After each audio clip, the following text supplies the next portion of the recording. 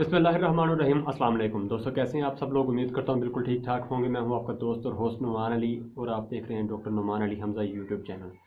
दोस्तों, हमने अक्सर देखा होगा कि हमारे जो देसी लोग होते हैं, जो गांव वगैरह में रहते हैं, वो जानवरों को घी या ऑयल का इस्तेमाल करवाते हैं।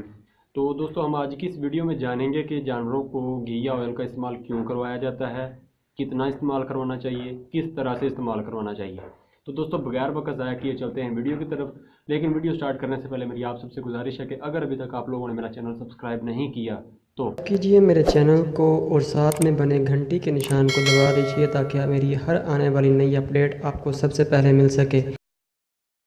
दोस्तों, बेसिकली ये जो हमारे घी या ऑयल होते हैं, जितने भी हैं, ये फैट्स में आते हैं। और जो फैट होते हैं वो एनर्जी का एक बेहतरीन ज़रिया है। दूसरे तमाम कार्बोहाइड्रेट की निस्बत इसमें 2.5% एनर्जी ज़्यादा पाई जाती है। दोस्तों, जब भी हम जानवर की एनर्जी की ज़रूरियात खल वंडे और चारे से पूरी नहीं कर पा रहे होते, तब हमें इस चीज़ की ज़रूरत पेश आती है कि हम जानवर को फैट्स का इस्तेमाल करवाएं। उसमें हम जानवर को घी इस्तेमाल करवाते हैं, डालडा घी इस्तेमाल करवाते हैं और तेल वगैरह का इस्तेमाल करवाया जाता है। दोस्तों, ये ज़्यादातर जो हमारे देसी लोग इस्तेमाल करवाते हैं, गर्मियों में तेल का इस्तेमाल करवाते हैं क्योंकि उसकी तासीर ठंडी होती है, जो कि अगर हम सर्दियों में इस्तेमाल करवाएं तो जानवर के लिए नुकसानदेह हो सकती है। और सर्दियों में जानवर को घी का इस्तेमाल करवाया जाता है, जिसकी तासीर निस्बतन गर्म होती है। जानवर के लिए सर्दियों में काफ़ी बेहतर ज़रिया होता है तवानाई का। इसके अलावा दोस्तों, कटड़े और बछड़े जो होते हैं उनमें इसका इस्तेमाल करवाया जाता है जानवर को मोटा करने के लिए, जानवर को फरबा करने के लिए, जानवर में गोश्त के इजाफे के लिए फैट्स का इस्तेमाल करवाया जाता है। तो दोस्तों, अब बात कर लेते हैं कि जानवर को फैट्स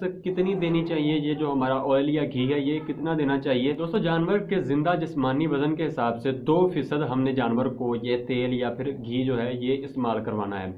अगर मिसाल के तौर पर जानवर का वज़न 400 है तो हम जानवर को 700 से 800 ग्राम तक ये तेल या घी जो है इस्तेमाल करवा सकते हैं। इससे ज़्यादा इस्तेमाल करवाने की ज़रूरत नहीं है। तो अगर ये हम जानवर को ज़रूरत से ज़्यादा इस्तेमाल करवाते हैं तो उससे जानवर का मैदा जो है वो डिस्टर्ब हो सकता है, जानवर की सेहत पर बुरा असर पड़ सकता है, जानवर के माइक्रोफ्लोरा जो है वो ठीक से काम नहीं कर सकता। दोस्तों, जानवर के जिस्म में खुराक के इंतज़ाम का अमल जो है वो डिस्टर्ब हो सकता है, जिसकी वजह से जानवर बीमार हो सकता है। तो हमें जानवर को 2% के हिसाब से ही फैट्स इस्तेमाल करवानी चाहिए। तो दोस्तों, अब बात कर लेते हैं कि किस तरह से इस्तेमाल करवानी चाहिए। आम प्रैक्टिस हमें देखने में मिलती है कि जानवर को तेल जो होता है वो सोडे वाली जो बोतल होती है उसमें इस्तेमाल करवाया जाता है, या फिर जो नाल वगैरह होती है उसमें इस्तेमाल करवाया जाता है। दोस्तों, ये बहुत ही गलत तरीकाकार है। इसकी वजह से दोस्तों जानवर को ड्रेंचिंग नमूनिया हो सकता है, जिसे हम पंजाबी में कहते हैं कि जानवर को अथरू आ गया है।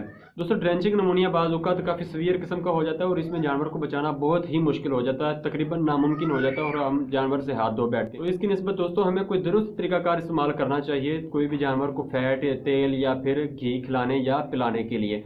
दोस्तों, तेल पिलाने के लिए सबसे बेहतरीन तरीकाकार तो है कि हम किसी ड्रेंचर वगैरह का इस्तेमाल करें, ड्रेंचिंग गन का इस्तेमाल करें। अगर ऐसा आप नहीं कर सकते तो जानवर को चोकर वगैरह में तेल मिक्स करके दे दें। और जो हमारा घी है वो भी हमें जानवर को चोकर वगैरह में मिक्स करके, चोकर या आटे वगैरह में मिक्स करके खिलाना चाहिए। तो दोस्तों, चलिए मैं आपको दिखाता हूँ कि हम अपने जानवरों को किस तरह से, अगर घी वगैरह देना हो तो हम किस तरह से इस्तेमाल करवाते हैं। तो दोस्तों चलते हैं। दोस्तों, आज हम अपने जानवरों को देने जा रहे हैं चोकर में मिलाकर घी, जिसका मैं वीडियो में जिक्र कर चुका हूँ। और ये हमने घी को थोड़ा सा गर्म कर लिया है ताकि आसानी से इसमें हल हो जाए, और उतना ही हम चोकर लेंगे जिसमें आसानी से ये घी हल हो जाए। ये हमने ऑयल डालना शुरू कर दिया है।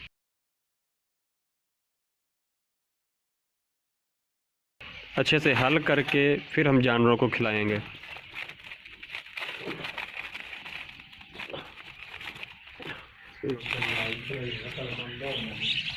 दोस्तों, हमने घी को चोकर में मिक्स करने के बाद उसको आगे 2 तरीक़ों में हम इस्तेमाल करवा रहे हैं। एक तो है कि सिंपल चोकर जो है, चोकर और घी मिला जो है, वो हम एक जानवर को खिला रहे हैं। ये अभी नया नया हमारे पास जानवर आया, काफ़ी कमज़ोर हालत में है, तो हमने इसकी एनर्जी की ज़रूरियात पूरी करने के लिए इसको ये खिलाना शुरू कर दिया है।